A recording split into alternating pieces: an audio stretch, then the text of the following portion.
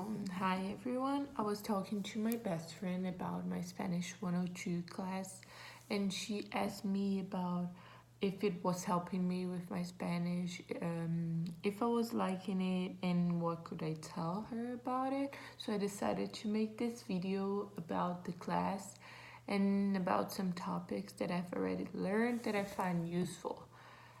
So we're already in the third week of class, so I do have a lot of things to point out, but I think you're gonna enjoy it.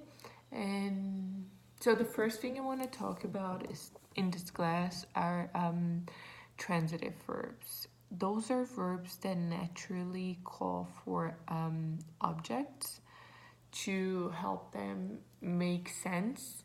So, for example, we can have an example the verbs abrir, aprender, consumir. For example, Gabriela abrió la puerta. So, abrir is the transitive verbs because it naturally calls for something to explain the sentence. So if I would just come up to you and say Gabriela abrió, this would not make sense if we won't have a conversation before, if you already knew what I was talking about.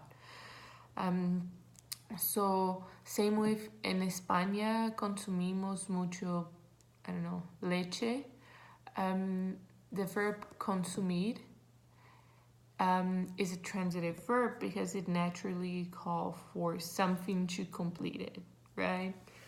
So the thing with those verbs is that they always need something to complete their meaning, kind of. So if you need to ask a verb, what or who or to whom, so that means that it is probably and most likely a transitive verb.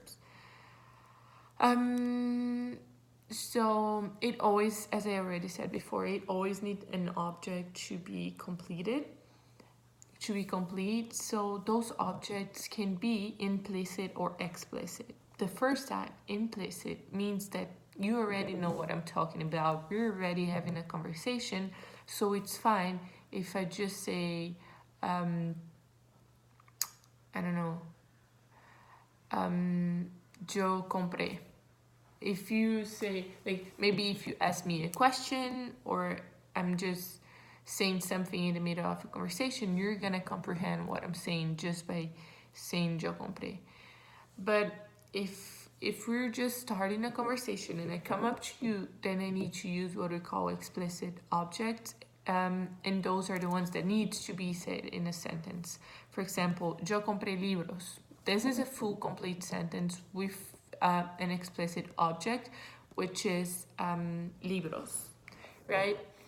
Then we can also classify those objects into direct or indirect objects,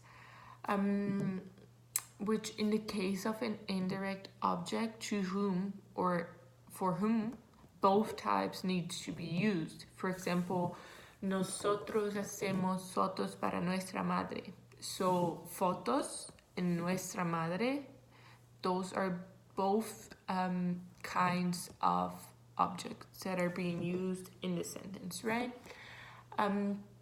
Direct objects in Spanish are yo, tú, él, ella, usted, nosotros, vosotros, ellas, ellos, y ustedes.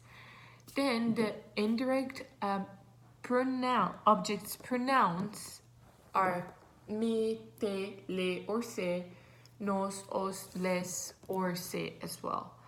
The pronouns are placed before the conjugated verbs. But if we do have two verbs in this in just one sentence, we can do it in two different ways. For example, I don't know, te quiero ver or quiero verte. So the pronoun te can be used in two different